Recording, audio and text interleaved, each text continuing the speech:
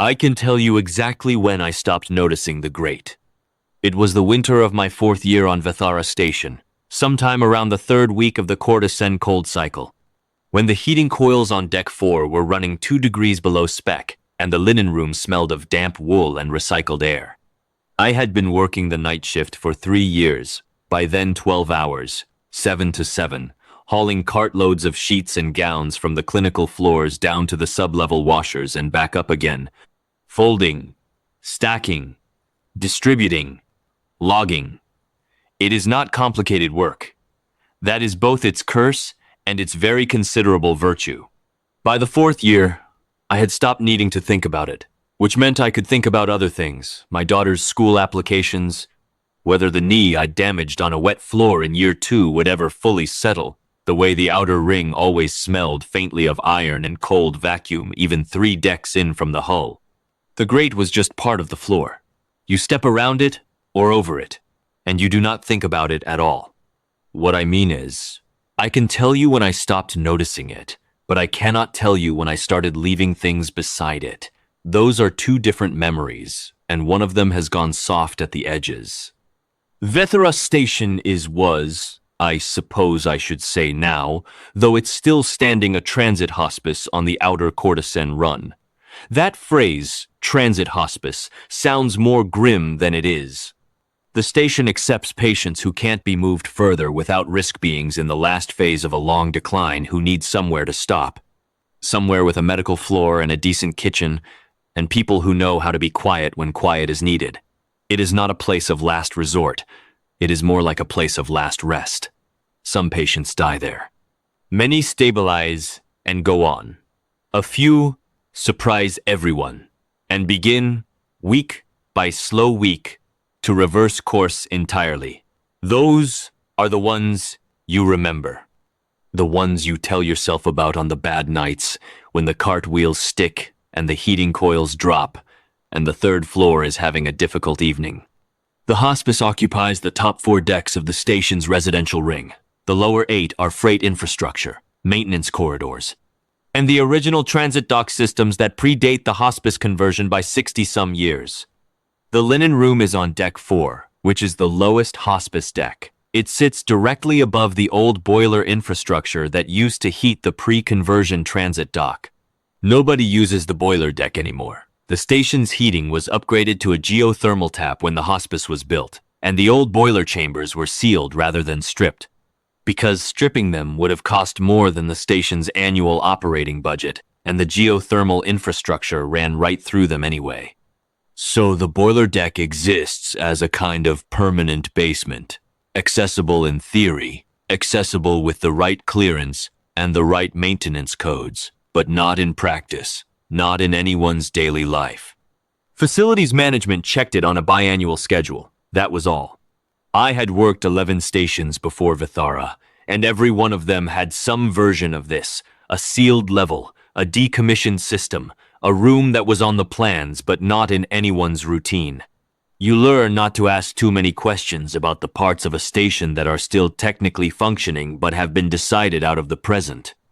They are decided out for reasons that made sense to someone at some point, and the cost of undeciding them is always higher than it looks from the outside. Grate 7 is in the northwest corner of the linen room floor. It is about 40 centimeters across, iron-framed, with a mesh pattern worn smooth by decades of feet. It was a ventilation return when the boiler system was live. Now it does nothing except let warm air rise from the geothermal infrastructure below, which is why the northwest corner of the linen room is always slightly warmer than the rest of it, and why I used to angle my chair there on cold nights when the heating coils were underperforming. It is not a particularly interesting grate. It is one of 11 floor grates on deck 4, and it is distinguished from the others only by its position in the corner and by the warmth that comes up through it. I have looked at it, really looked at it, with attention perhaps a dozen times in 27 years. The rest of the time it was simply where I put my chair. The voice came from below it. That is all I knew for a very long time. I heard it first about 6 weeks into the job. A low sound, pitched below conversation, felt more in the chest than heard with the ears. I thought it was the geothermal system cycling. The geothermal tap on a mid-ring station makes a range of sounds depending on pressure and load, and most of them are low and resonant. And there's an inflection to mechanical resonance that can suggest voice without being voice. This is a known thing, the way the mind hears pattern and noise. I was not alarmed. Then I heard it do something the geothermal system cannot do, which was pause at what felt like the end of a sentence. I leaned over the grate and said, into the warm dark below it, "Is someone down there?" The sound stopped. I went and found the night facilities tech, a man named Orvek, who had worked the station for 9 years, and knew it sounds the way you know the sounds of a building you've lived in long enough that you can tell by the pipes. What the weather is doing outside. I asked whether there was anyone working in the boiler deck sublevels. He checked his board and said no. He looked at me with the mild skepticism of someone who has been asked the geothermal ghost question before, probably by every new staff member who came through. I thanked him and went back to folding. The sound didn't come back that night. It came back 3 nights later. This time, I did not ask questions. I just listened. It was long and low, and not quite a sound. I had a word for, somewhere between a resonance and a breath, with inflection in it. The kind of inflection that meant something to whoever was making it, even if it meant nothing to me.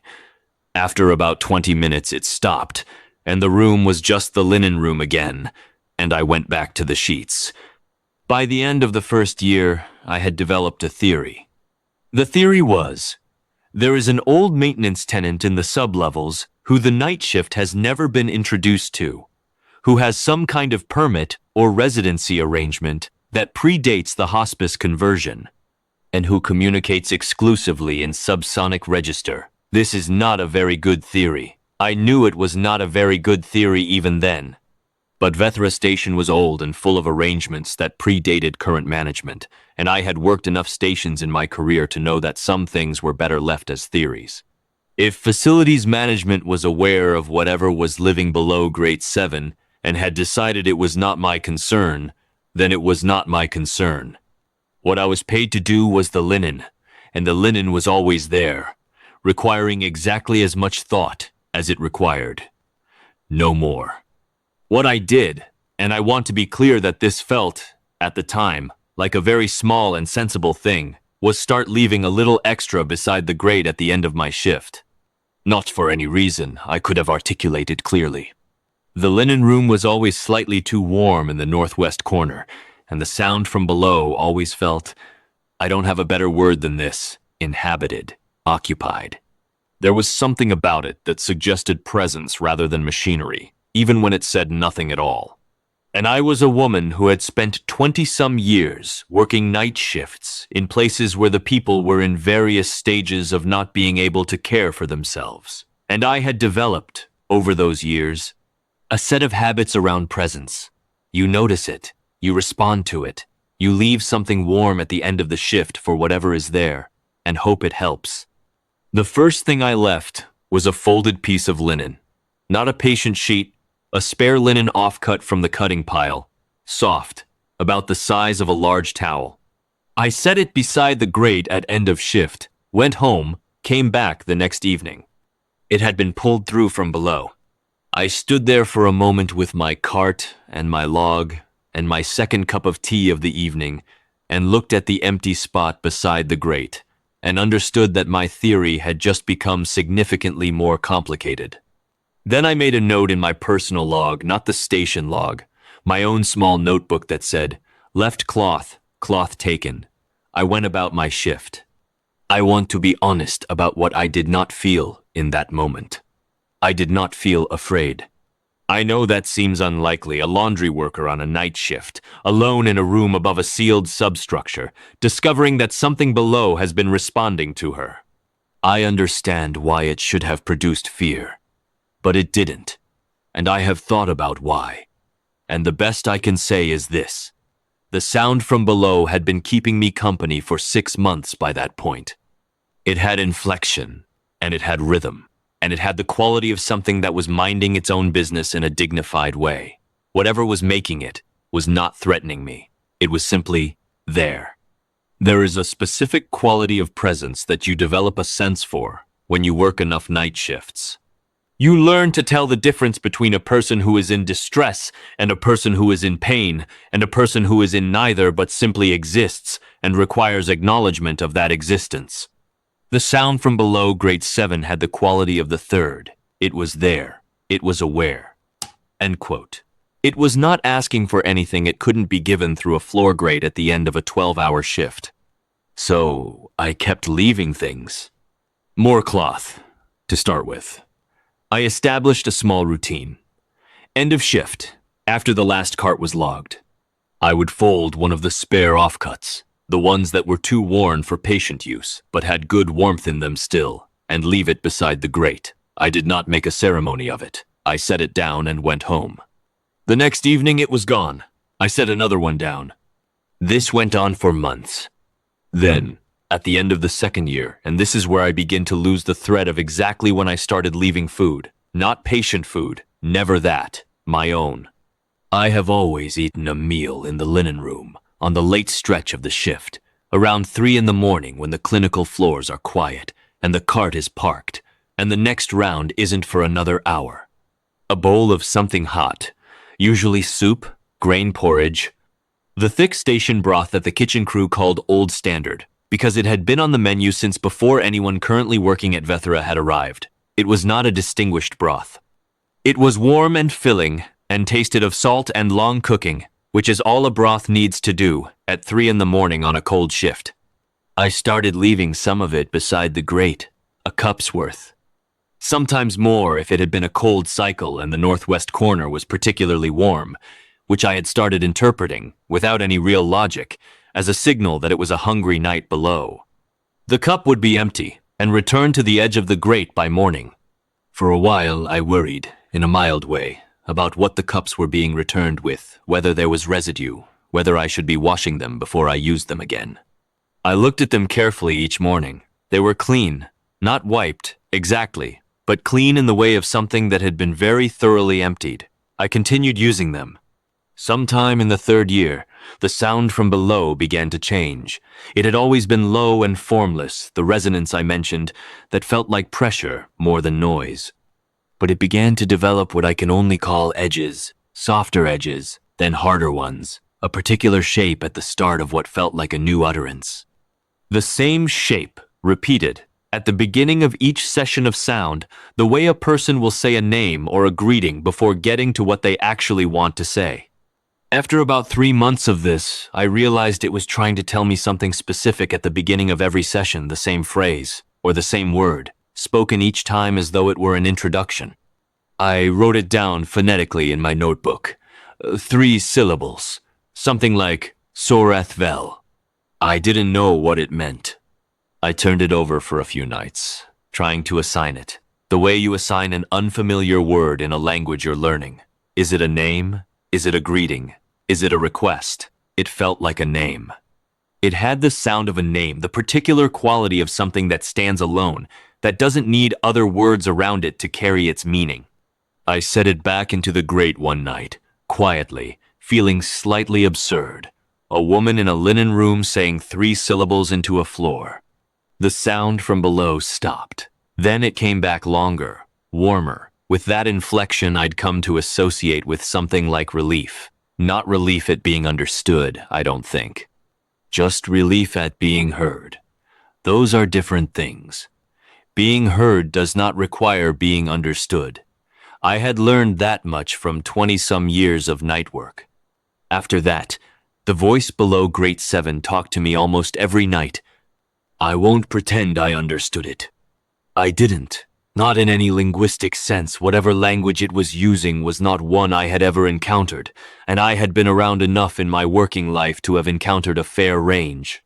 The outer courtesan run serves a mix of transit species, and a transit hospice draws from all of them. In over 27 years, I had worked alongside and around a sufficient variety of communication styles that I thought I had a reasonable sense of what I didn't know. This was something I did not know and had no framework for. The phonology was unlike anything in my reference. The rhythm was unlike anything in my reference. What it was doing structurally, grammatically, the function of what it was producing, I could not determine. But I understood it the way you understand music that isn't in your native tradition. You can't parse the words, if there are words, but you can feel the weight and the shape of what's being said. There was, over the months and then the years, grief in it. There was patience enormous, practiced, heavy patience, the kind that has been carried so long it has become indistinguishable from the person carrying it. The patience of a very old thing that has waited a long time and has made a kind of permanent peace with waiting. Not because waiting has stopped being painful, but because the pain is simply part of the condition now, incorporated. There was, sometimes, something that felt almost like humor. A particular upward inflection at the end of a phrase that came, I noticed. Most often when I had said something out loud about my own night.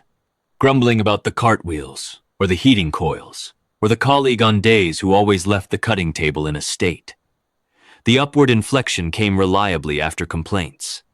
I became, after a while, slightly more forthcoming with my complaints, not because I was unhappy with my shift, but because the upward inflection was pleasant to receive. It is, in retrospect, possible that I was being gently encouraged toward a habit of mild grumbling for someone else's entertainment. I cannot say for certain. I think about it sometimes. I talk to it.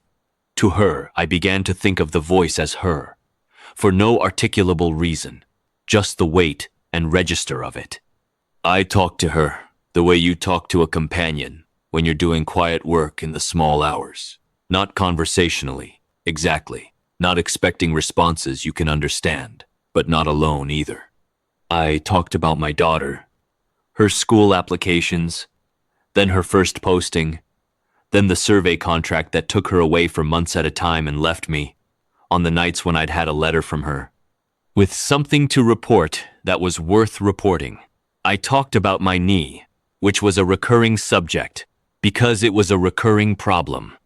I talked about the patients, not by name, not in any way that would have violated their privacy had anyone been listening, but in general terms, in the way you talk about the condition of the people you care for when you are trying to account for your day. The one on the third floor, who always wanted more blankets. The one on the second floor who declined for 3 months and then, so slowly it took me weeks to be sure I was reading it correctly, began to stabilize. The one who asked, every time I changed the sheets, what the weather was like outside, and to whom I always gave the same answer. Cold, but clearing. It was almost always true. Vethera Station does not have weather, technically, but the outer ring has a quality of light that shifts with the station's rotation cycle, and at the right point in the cycle, through the hull side window. The quality of the light is what I would call clearing, if I were standing on a planet, looking at a sky. She listened. I know she listened, because the resonance from below changed quality. When I talked a different texture to it, something attentive and still. And at the end of what I'd said, there would often be a low sound that I had come to interpret, completely without any real evidence, as acknowledgement, not agreement. Just, I heard that. It registered. I am keeping it. I thought about that word keeping much later. I was right, it turned out, in a way I hadn't intended. This went on for 23 years. I want to stay with that number for a moment, because it is an absurd number, and I was aware, even while I was inside it, that it was an absurd number. 23 years of leaving soup and folded linen beside a floor grate and receiving in return a low, ancient, unreadable sound that I had decided constituted a relationship of some kind. I have told you that I stopped being afraid very early. What I did not tell you is that I also never told anyone. Not my daughter, not the day shift supervisor I was friendly with for 11 of those years, not the hospice's medical director who I worked alongside often enough that we developed a kind of collegial shorthand. Not the succession of facilities technicians who checked the biannual inspection reports and never flagged anything because the geothermal feed was functioning nominally and the boiler deck access was sealed, and the inspection checklist did not include a line item for anomalous warmth through a floor grate. I didn't tell anyone because it was not anyone else's business, and because I didn't have words for it that wouldn't have sounded deranged, and because whatever was happening below Grate 7 was clearly not interested in being known to the station at large. She had, in 23 years, never made a sound loud enough to reach the Deck 4 corridor. She was, whatever else she was, discreet. The only record of any of it was in my personal notebook, 31 of them, by the time I'm done counting. Small things, water-stained, labeled by year. The first entry is from my 7th week at the station. Left cloth beside Grate 7, taken by morning. Every subsequent year has its own notebook. Some of the early ones are nearly full. I was more expansive in the first decade, writing long entries about the nightly sessions, trying to transcribe the sounds phonetically, which was impossible, but which felt important to attempt. By the middle years, the entries had compressed. Left cloth, old standard, talked about Selah's new contract posting. She was attentive tonight. The later ones have the compression of long familiarity. Talked. She listened. Left soup. Cold cycle. Northwest corner warm. Usual. The thing that changed, the thing that broke the pattern, was the smell. I noticed it in my 26th year at Vithara, 2 years before the fleet arrived. A change in the warmth that came up through Grate 7. It had always smelled of old iron and dry heat, and something I'd never been able to name, something ancient and mineral that I associated entirely with the station sublevels. The new smell was underneath that. Faint, ashy, the smell of something burning low. You know the smell, if you've ever sat beside a fire that is going out and couldn't or didn't add more fuel, the particular quality of combustion reduced to its minimum. Not the bright, sharp smell of a fire at full draw. The thin, exhausted smell of a fire doing its absolute best with almost nothing left to do it with.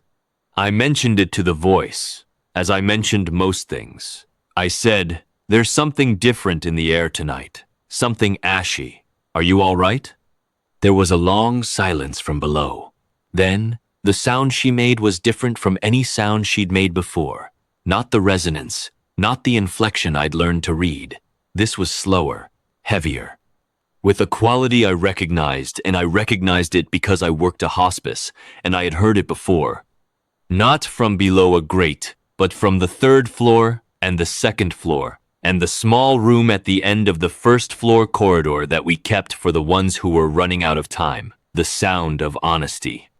The sound of something that has decided there is no longer enough left to spend on pretending.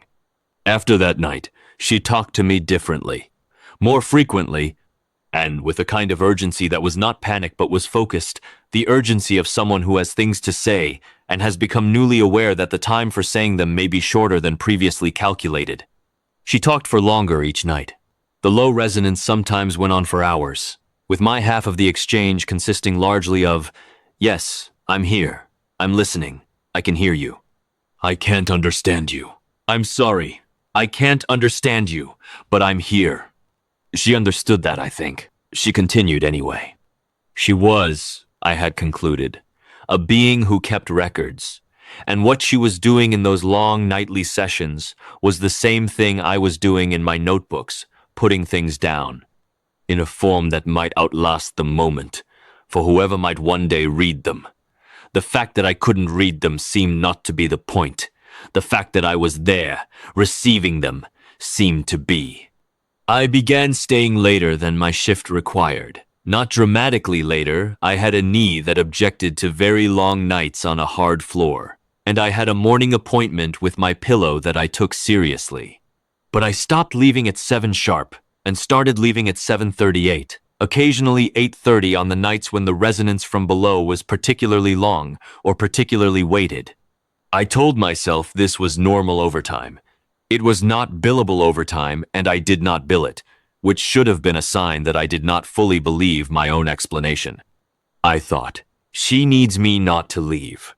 And then I thought, that is an unusual conclusion to reach about a floor grate. And then I went back to listening, because the reasoning was secondary to the fact. The Keth Sorvath flight line came in on a 7th-day morning in the cold cycle of my 27th year. I was not on shift. I was in my quarters on the residential deck. I had earned a small room with a window by then, one of the advantages of seniority, a room that looked out toward the freight dock approach rather than the hull side. I heard the traffic first. The frequencies that meant a large transit formation, not a single vessel or a supply convoy. Multiple ships holding formation rather than breaking for dock assignment. That is unusual. Vethara is a small station on an outer run. We get 3 or 4 freight transfers a week, a bi-monthly supply convoy, the occasional emergency medical divert. A formation hold means something official is happening, something that requires the station to arrange itself around an arrival, rather than an arrival arranging itself around the station. I got up, made tea, watched through my window. 17 ships came into visual range over the next 4 hours. One by one. Not freight haulers, not medical transports. I don't have the technical vocabulary to tell you what they were. I know ships in the functional way, the way you know them when you've transferred between enough of them that you can read berth capacity and cargo manifest and medical bay access without needing the labels. What I can tell you is the difference between a working vessel and something that was built for a different purpose entirely. And these were the latter. Large. Old, not run-down old, but old the way certain things are old when they've been made to last and have lasted and intend to go on lasting without making a performance of it. They settled into a holding pattern at approach distance and did not dock. They simply waited. I finished my tea, changed, and went to the linen room 4 hours before my shift because I didn't know what else to do. I walked past 2 staff members in the Deck 4 corridor who looked at me with the mild surprise of people seeing a colleague in a place they're expected, but at a time they're not. And I nodded at them and kept going and did not have anything to say. The linen room was empty. The morning shift had been through carts, logged, returns stacked, cutting table clear. I went to the northwest corner and stood over grate 7 and put my hand flat on the iron mesh. The warmth that came through it was the highest I had ever felt, not burning, not even uncomfortable. Just radiating, the way something radiates when it is very alive and very close to the surface, when whatever has been conserving itself for a long time has stopped conserving because something has changed. I kept my hand on the mesh and felt it come through my palm and my fingers and into my wrist, and I stood there for a while just doing that. I put the cup of Old Standard down beside the grate. I had brought one up from the kitchen nook on my way through, on the same logic that I always brought one. The logic that had stopped being a decision about 17 years ago and had become simply part of what I did when I walked into the linen room, and I said, out loud, "They're here, aren't they?" The sound from below was the longest and most complex she had ever made. It went on for a long time, long enough that I sat down on the floor beside the grate, because my knee was not going to tolerate standing for the duration. The sound filled the room in a way that the geothermal resonance never had, not louder, exactly, but more present, the way a voice is more present than an echo, even when the echo is louder. I didn't know then what it meant. I know now. I've had time, since, to learn some of it, not fluently, but enough. What she said, as nearly as the senior delegate later rendered it for me, was something like, "Yes, and I am sorry, and I am glad." And I did not think there would be both of those in the same breath, but there are, and you are here, and that is the thing I want to say first, that you are here. The physical sequence of events that followed went like this. 2 of the 17 ships docked within the hour. The station administrator cleared the freight bays for them with an efficiency that suggested the conversation about who was arriving and what they required had been brief, authoritative, and had not involved much negotiation on our side. A delegation of 7 came through the hospice airlock in the freight bay, escorted by 2 of our security staff who looked as though they had been awake for approximately 40 minutes and were operating on professionalism and adrenaline. The delegation moved through the station in a way that suggested they knew exactly where they were going, which they did, because the warmth signature, I learned this later, from the senior delegate had been the thing they'd been tracking. 27 years of triangulation. They had a signal that should, by rights, have been undetectable across interstation distances. A warmth differential of a fraction of a degree coming from a decommissioned infrastructure level of a small outer ring hospice. And they had been narrowing it for 27 years, station by station, system by system, until they had it down to a station, a deck, a substructure. They knew where to go. They just did not know who had been there with her. I didn't see them enter the station. I was in the linen room when the sound of cutting equipment in the boiler deck access corridor below started up a low industrial vibration, heavier than normal station maintenance rhythm, something with more urgency in it. Controlled urgency. The urgency of people who are very good at their work and are working as fast as their competence allows. I knelt beside Grate 7 and pressed my ear to the mesh. She was still there. The resonance was different now, not the long, record-keeping sessions of the past 2 years, but something shorter and more rapid, layered with frequencies I hadn't heard before. The sound of a register that had been held back for a long time and was now open, not distress. Something closer to its opposite, a kind of alertness that had been banked for 27 years and was coming up now like a fire that has been breathing on very little and has just been given air. I said, "I'm here. I'm right here. I'm not going anywhere." The sound shifted, settled slightly.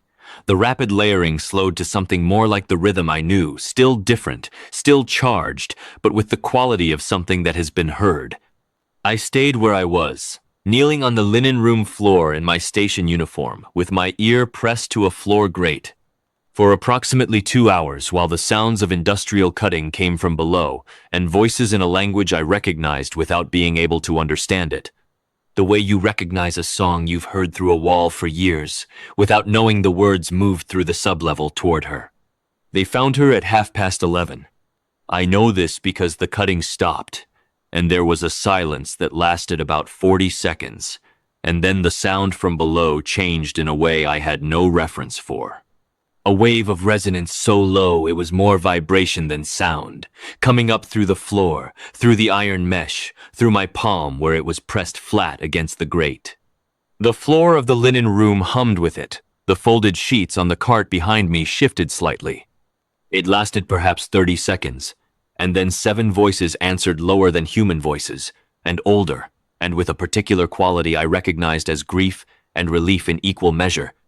The sound of something found after a very long search. Back and forth, back and forth. The exchange went on for a long time, and I stayed where I was with my ear to the grate, listening to a language I had spent 27 years not understanding and understanding anyway. Not the words, but the shape, the grief, the relief, the very specific quality of something that has been looking for a long time and has found. I sat back on my heels and cried. I mention this not because it's important to the account, but because it happened, and I try to be accurate. I was not crying about anything that had been lost. I was crying about something that had, after 27 years, been found, and the distinction matters. Getting her out took most of the second day. I learned, over the course of those hours, several things I had not known. First, the boiler deck chamber beneath the linen room was considerably larger than the footprint of the linen room above it.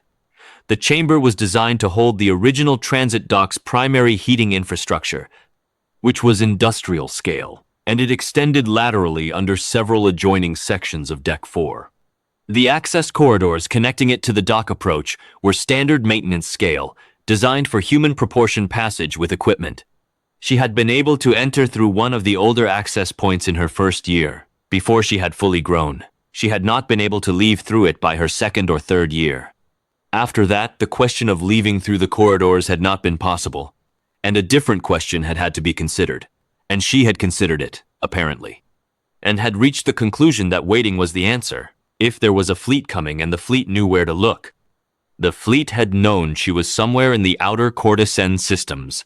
They had not known the station, and the warmth signature had been very small.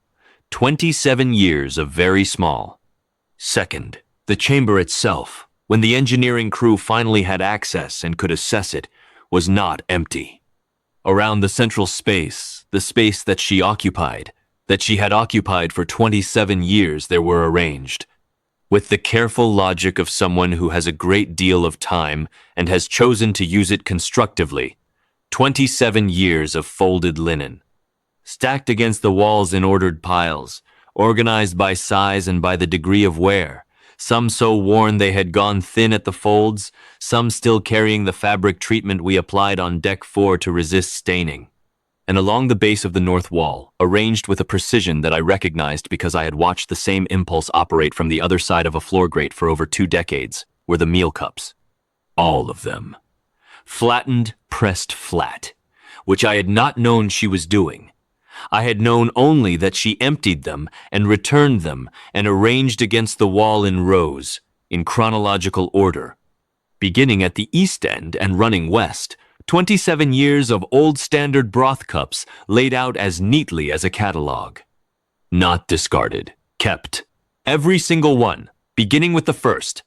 I stood in the entrance to the chamber when they first let me through and looked at the walls of folded linen and the rows of flattened cups and understood something I had not understood before, which was that she had been keeping records too, not in notebooks, in the things that came through the grate, the things that had warmth in them.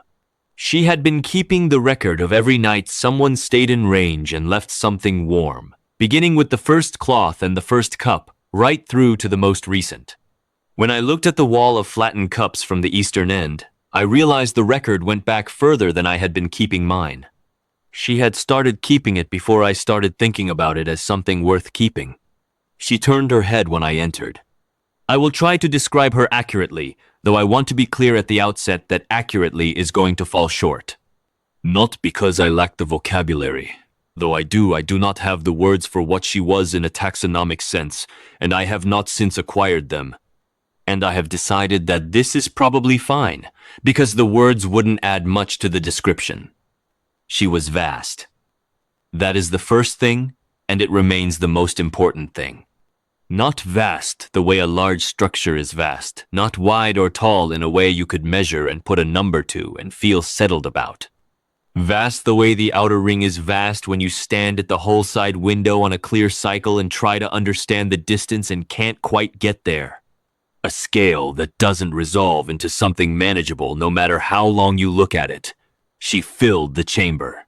She did not overflow it, but she filled it the way a tide fills a bay. She was the chamber's contents, in a way that made the chamber feel like it had been designed around her, rather than that she had been confined by it. She was bronze and slate. Bronze at the spine ridges and along the great arched planes of the skull, and at the leading edge of the wing roots where the membrane attached, and at the tips of the claws, which were each longer than I am tall, and which lay folded against the boiler deck floor with what looked like practiced economy, taking up as little of the chamber floor as possible. Slate at the flanks, deep and layered like the stone the color is named for, and deeper still toward the points where the wing membrane was folded, almost black at the deepest fold, the color of something that has been in the dark for a long time and carries the dark in its texture. Her scales were each the size of a dinner plate. I notice this because I am a practical person, and that is a practical measurement. They caught the portable lighting the engineering crew had set at the chamber edge and held it in a way that was not quite reflective. They absorbed the light and returned it differently, warmed by a degree, the way old bronze absorbs and returns the warmth of a room it's been part of for a long time. She was breathing, slowly, with great deliberateness, each breath a managed thing, conserved, careful. The fire was low. I understood, looking at her, what the ashy smell had been 2 years ago. The smell of a fire burning on its last fuel, rationed down to almost nothing, kept alive by sheer practice and the residual warmth of the geothermal feed and 27 years of old standard broth. Not enough. It was almost certainly not enough. I did not ask then what would have happened if the fleet had come 3 months later, or 6. I did not ask because I had a sense of the answer, and it was not one I needed to hear out loud. The eyes were the same gold I'd spent 27 years not seeing because you can't see through a floor grate. You can only hear. But now I saw them, and they were the exact color and quality of the warmth that had always come up through that mesh. Old gold. Lived in. The kind of light that has been tended for a very long time by something that understood the importance of tending. She looked at me and made the sound. The resonance I knew. Lower now, and slower, and carrying something that I understood, not translated, not linguistically parsed, just understood the way you understand something you have been listening to for longer than most relationships last, as the combination of a greeting and a long-deferred expression of something that had been held in reserve for exactly this moment. Not thanks. Something older than thanks. The word for what you say to the person who stayed, when you have finally reached the moment where you can say it face to face. I crossed the chamber and stood beside her head. I put my hand on her jaw on the great bronze slate scales of it, which were warm and dry under my palm, in a way that was entirely unlike metal or stone or any other surface I've put my hand to. Like something the world had been built on before the world knew what building was. She breathed out slowly against my arm. The warmth of it was the warmth I had been receiving through an iron grate for 27 years, and it was exactly what I expected, and still not what I expected at all, because knowing a warmth and feeling it are different. I said, "Hello, Sorthvel." She made the sound. I said, "I brought soup." I don't know why I said that. She was enormous. She was ancient, beyond anything I had words for. She was surrounded by her line's delegates and their engineering crew and the resources of 17 ships. She did not need my soup. But I had carried the ceramic cup of old standard the whole way down.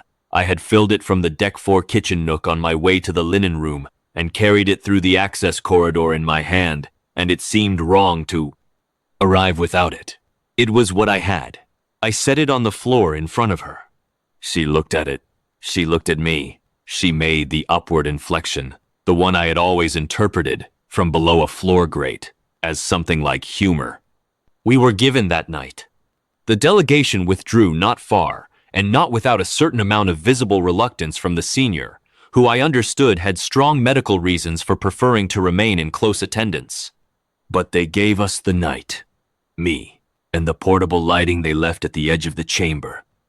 And 27 years of stacked linen and the wall of flattened broth cups, and Sorathvel. I stayed until morning. I don't know how to write about that night in a way that doesn't reduce it. I've tried, in the 31st notebook, and each attempt comes out smaller than the thing itself. What I can tell you is what it felt like, which is this. It felt like finishing a sentence that had taken 27 years to say. Not a long sentence in the painful sense, not a sentence that went on too long or lost its thread, just a long sentence.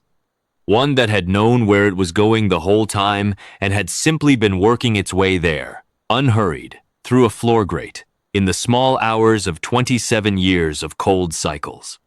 She talked all night, she made the low resonance all night, in longer and more complex patterns than I had ever heard through the grate. I listened. I understood perhaps one word in 100, maybe less. But I had spent 27 years developing an ear for the shape rather than the content, and the shape told me what I needed to know. This was a record. She was putting down the record of something, the same way I had put down the record in 31 water-stained notebooks, and she was putting it down with me present as the witness, which was what a record needed. Not just the words, the witness. The one word I recognized with any confidence was a form of the 3 syllables I'd written down phonetically in year 3, Sorathvel, and she used it at intervals through the night in a way that suggested it was not only her name. It was a kind of title, or a kind of role, a record keeper's designation. The senior delegate confirmed this later. She was the oldest of the Keth Sorvath line, the one designated to hold the line's memory. The one whose death would represent a specific kind of loss that could not be replaced by simply designating a successor, because certain records can only be held by the one who was present for them. She had been present for a great many things. 27 years of a linen room on an outer ring hospice was not the longest chapter in the record. It was, from what I could gather, one of the quieter ones, but it was in the record. At some point before dawn, I fell asleep against the base of one of the stacked linen piles. I woke to the warmth of her breath against my face, and the portable lights still burning at the chamber edge, and the sound of the engineering crews beginning their work in the new access corridor preparing. I understood. For the extraction. Getting her home. I sat up and looked at her. She was looking at me. I said, "I'll go get the morning broth." I went back up through the new corridor, up the linen room stairs, and I filled the largest cup I could find from the old standard pot in the kitchen nook and brought it back down. I set it in front of her, as I had set every cup before it. She looked at it, and at me, and made the upward inflection. I said, "I know, I just needed to do it once more." She understood that, I think. She let me have it. The extraction took most of the second day. I worked my regular shift. The clinical floors don't stop for anything the station itself is doing, and I had 16 years of practice at keeping the linen moving through whatever else was happening. I changed sheets and restocked gowns and pushed the cart through the corridors and logged everything as it should be logged. And at end of shift, I went back to the boiler deck access and watched them bring her out through the new corridor. She moved slowly. With the engineering crew support, they had brought articulated frameworks to help manage the transition through the enlarged access, the kind of engineering that had clearly been designed in advance by people who knew exactly what they were going to find and had prepared accordingly. The senior delegate walked beside her head the whole way. The rest of the delegation was positioned at intervals along the corridor. The way you position yourself when something important is moving, and you want to make sure nothing goes wrong, and you also want to be present because the occasion requires it. She came through the freight dock and into the loading bay of the first ship, which had been prepared for her in ways I could see from the entrance and couldn't fully take in. It was not a cargo configuration. It had been built to hold something. She turned. Before she went through the final threshold, she looked back down the corridor, and I was at the end of it, and we looked at each other. I raised my hand. She made the sound, the full resonance, not conserved, not rationed the sound she made when she was not managing her output carefully, when she had fuel enough to speak without accounting for it.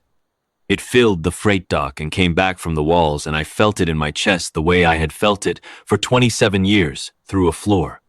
Then she went through, and the bay closed, and the ship moved out to rejoin the formation. The senior delegate found me in the linen room an hour later. He stood in the doorway and looked at me for a moment. I was sitting in the northwest corner, beside grate 7, because I had found after all that I did not particularly want to be further from it than that. Not yet. And then he came in, and stood opposite, and said, "I am to give you her words, as accurately as I can render them in standard." He paused, gathering something. He said, "She says, you were the warmth on the other side of the stone. She says, I put my records into the floor and you kept them company, and I did not know, in the beginning, whether anyone would hear them. But you did, and that was enough." She says he paused again. Longer. She says that she has been a record keeper for longer than this station has existed, and she has kept records of every voice that ever mattered to the keeping. And yours is in the record, Mira-san, and it will be in the record until the record ends. I thanked him. He said, "We would like to offer you the name, Keth Mira, if you will accept it." I said, "What does it mean?" He thought for a moment, doing what I had come to recognize, over 2 days, as genuine translation rather than approximation. Then he said, "In the oldest register, the one she uses for the oldest entries, it means the one who stays in range. In the current one, he considered it is closer to the one who keeps the record warm." I accepted it. He left. I finished the shift.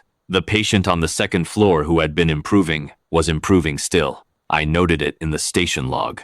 1. I noted the name Kethmira in the 31st notebook.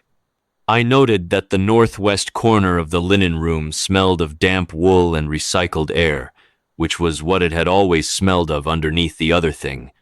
The iron and mineral and old fire smell that I now knew had a name and a source and a 27-year history. I went home at end of shift and slept longer and more deeply than I had in 2 years.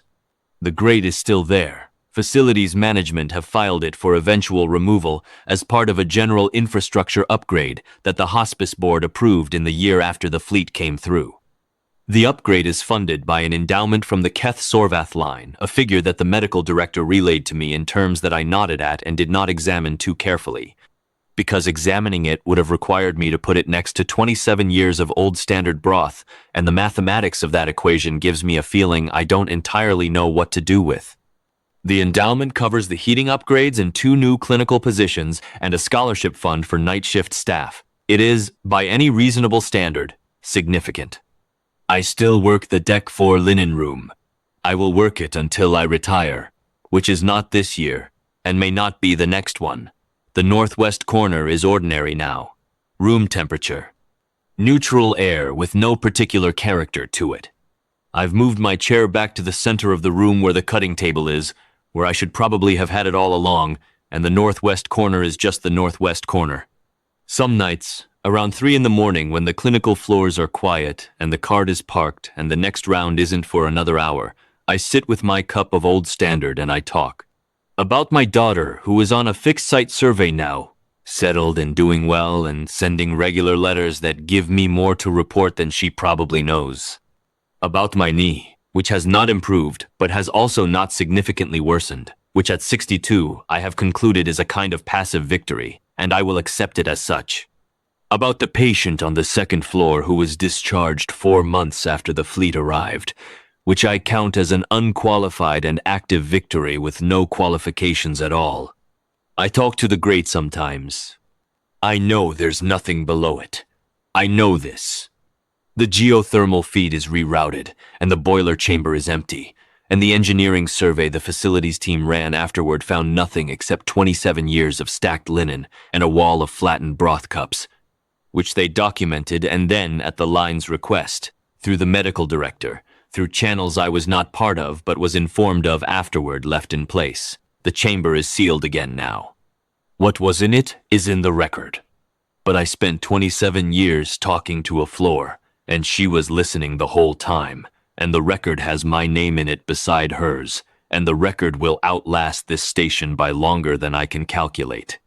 Kethmira, the one who keeps the record warm. It seems, to me, like a reasonable thing to have done with a night shift. More than reasonable. I have been trying to find a better word for it in the 31st notebook, and the best I've managed is this: sufficient. It was sufficient. Everything that happened was sufficient to itself. The grate, the cloth, the cups, the soup, the 27 years of low resonance coming up through iron mesh in a warm corner of a linen room on an outer ring hospice station. Sufficient. I finish the cup. I fold the last card of linen, stack it straight, log it clean. I go to the window at end of shift and look at the freight dock approach, and I try to identify which bright points are transit traffic and which are fixed stars.